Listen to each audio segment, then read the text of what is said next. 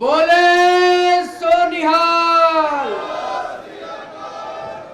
वाहिगुरु जी ने खालसा, वाहिगुरु जी की फतेह। दोस्तों, आज 31 साल के बाद हम सब लोग यहाँ पे श्रद्धांजलि अर्पित करने के लिए इकट्ठे हुए हैं। उन सब लोगों को, जिन लोगों को 31 साल पहले नवंबर 1984 में दिल्ली के अंदर कत्लेआम कर दिया गया था। अभी हम लोगों ने निरप्रीत कौर की कहानी सुनी। निरप्रीत कौर की जो कहानी थी वो यहाँ मौजूद लगभग हर परिवार के अंदर उसी किस्म की कहानी हुई। निरप्रीत कौर ने बताया किस तरह से सागरपुर के एक परिवार में 11 लोगों को मार दिया गया, एक और जगह दूसरे परिवार में 7 लोगों को मार दिया गया। उनकी आंखों के सामने औरतें विधवा हो गई, बच्चे यतीम हो गए। इतना बुरा नरसंहार हुआ कि शायद आजादी के बाद कुछ इस किस्म के नरसंहार हुए हैं जिन्होंने भारत का नाम पूरे विश्व के अंदर शर्म से झुका दिया। इन 31 सालों में जिन जिन लोगों के परिवार के अंदर यह हादसा हुआ, उन्होंने, पूरे सिख समाज ने, पूरे देश ने, लोगों ने इंसाफ के लिए खूब लड़ाई लड़ी है। इन 31 सालों के अंदर दिल्ली के अंदर भी और केंद्र सरकार के अंदर भी लगभग हर पार्टी की सरकार बनी।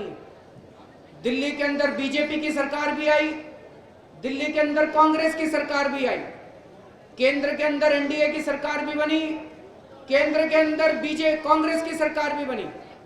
31 सालों तक हर सरकार, हर पार्टी ये कहती रही, सिखों को इंसाफ दिलाओ, सिखों को इंसाफ दिलाओ।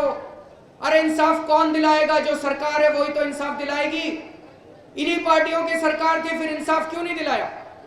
एक सबसे बड़ी मांग थी कि एसआईटी बनाई जाए, स्पेशल जांच दल बनाया जाए, ऐसा जांच दल बनाया जाए जो दोषियों को कड़ी से कड़ी सजा दिलवाए। अभी फुल्का जी ने बिल्कुल ठीक कहा।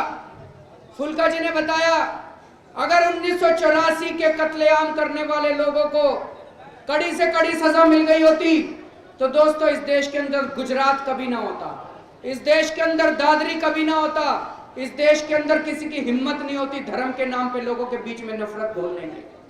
लेकिन आज तक यहाँ किसी से पूछ लो, बच्चे बच्चे से पूछ लो कि 1984 का कत्लेआम किसने कराया था, सब लोगों की जुबान के ऊपर है किसने कराया था। फिर ऐसे क्यों होता है कि जब कोर्ट में केस जाते हैं, जब जांच होती है तो सारे सबूत खत्म हो जाते हैं, सब कुछ खत्म हो जाता है, किसी को सजा नहीं मिलती। यही एक कारण है कि इस देश के अंदर धर्म की राजनीति चल रही है। धर्म के नाम पे जनता के बीच में जहर घोलने की कोशिश की जा रही है। दोस्तों, जब पिछली बार 49 दिन तक हमारी सरकार बनी, 49 दिन के अंदर जो काम बीजेपी और कांग्रेस 31 साल में नहीं कर पाए थे, 49 दिन के अंदर हम लोगों ने एसआईटी बना दी थी। एसआईटी बनाने का आदेश कर दिया था कि एसआईटी बनाई जाएगी, ऑर्डर कर दिए थे। लेकिन इससे पहले कि हम एसआईटी के अंदर अपने अफसर नियुक्त करते, हमारी सरकार गिर गई, हमारी सरकार नहीं बची। जब उस टाइम हमने एसआईटी बनाई थी, कई लोगों ने मेरे को आके कहा कि जी अब एसआईटी बनाने से क्या फायदा है, 30 साल हो गए, कोई गवाह नहीं मिलेगा, कोई सबूत नहीं मिलेगा। मेरा उनको एक ही कहना था कि अगर इस एसआईटी ने एक केस भी निकाल लिया, अगर एक केस भी निकाल लिया, उस केस के अंदर जिन लोगों ने कत्लेआम किया था उनको ऐसी सजा दिलाएंगे कि आने वाले समय में रूह कांप उठेगी उन लोगों के जो इस तरह से।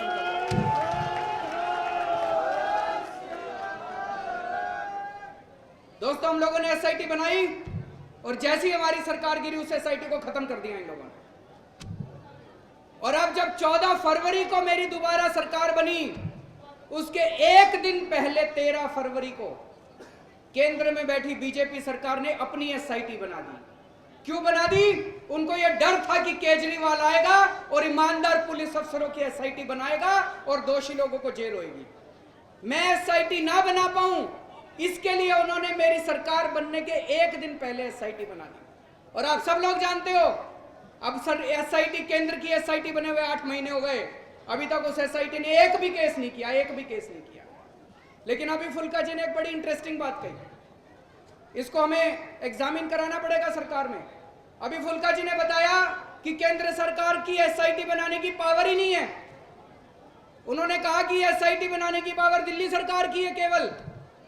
तो कल मैं दफ्तर जाऊंगा और इसको एग्जामिन कराऊंगा कि क्या दिल्ली सरकार एसआईटी बना सकती है और क्या केंद्र सरकार की एसआईटी इलीगल है। इसकी जांच कराएंगे हम लोग। देखते हैं, फुल्का जी ने बड़ी अच्छी बात उठाई है। मैं केवल एक चीज कहना चाहता हूं। अभी एक माता जी को मैं चेक दे रहा था और वो माता जी रो पड़ी, बोली बेटा मेरे को ये चेक नहीं चाहिए, मेरे को इंसाफ चाहिए। जिन लोगों ने हमारे परिवार के लोगों को मारा उनको जेल भेजो, उनको कड़ी से कड़ी सजा दो। यहाँ जितने लोग बैठे हैं कोई चक्का भूखा नहीं है।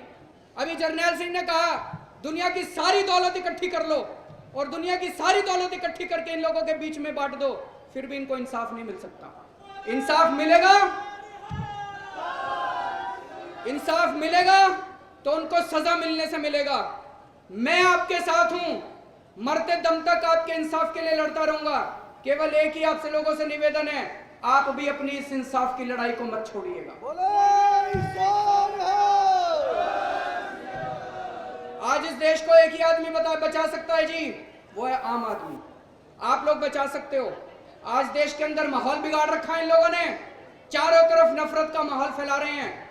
कभी ऐसा नहीं होता था, पहली बार ऐसा हुआ है कि हमारे देश के राष्ट्रपति जी भी बहुत दुखी हैं। हमारे देश के राष्ट्रपति जी ने पिछले 1 महीने के अंदर कम से कम 3 या 4 बार कहा है कि इस देश के अंदर ये डाइवर्स नेशन है, डाइवर्सिटी हमारी बहुत बड़ी स्ट्रेंथ है और इस डाइवर्सिटी ने हमारे देश को बचा के रखा हुआ है। और ये जो इंटॉलरेंस चारों तरफ हो रही है, ये क्यों हो रही है? क्यों ये लोग खड़े होकर एक दूसरे के खिलाफ नफरत पैदा कर रहे हैं? क्योंकि उनको पता है कि सत्ता के अंदर जो लोग बैठे हैं वो इनको बचाने के लिए बैठे हैं। अगर सत्ता के अंदर बैठे हुए लोग ऐसे लोगों पे कड़ी कार्रवाई करना चालू कर दे, ये लोग कायर हैं, इनके पैर के नीचे जमीन नहीं है, 2 दिन के अंदर ये अपने घर भाग जाएंगे। तो दोस्तों, हमें इंसाफ की लड़ाई लड़नी है। ये 5-5 लाख रुपए के चेक आप एक तरह से बहुत छोटी सी श्रद्धांजलि के रूप में ले सकते हैं जो दिल्ली सरकार ने, ये पैसा मेरा नहीं है, मैंने कोई एहसान नहीं किया आप लोगों को 5-5 लाख रुपए देके, ये आप ही का पैसा है, आप ही का पैसा आपको वापस लौटाया है। दुख के टाइम में सरकार की जिम्मेदारी बनती है कि वो जनता के काम आए।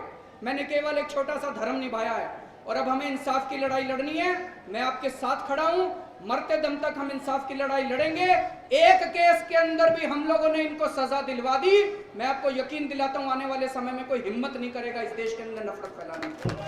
बोले सो निहाल। वाहेगुरु जी का खालसा, वाहेगुरु जी की फतेह।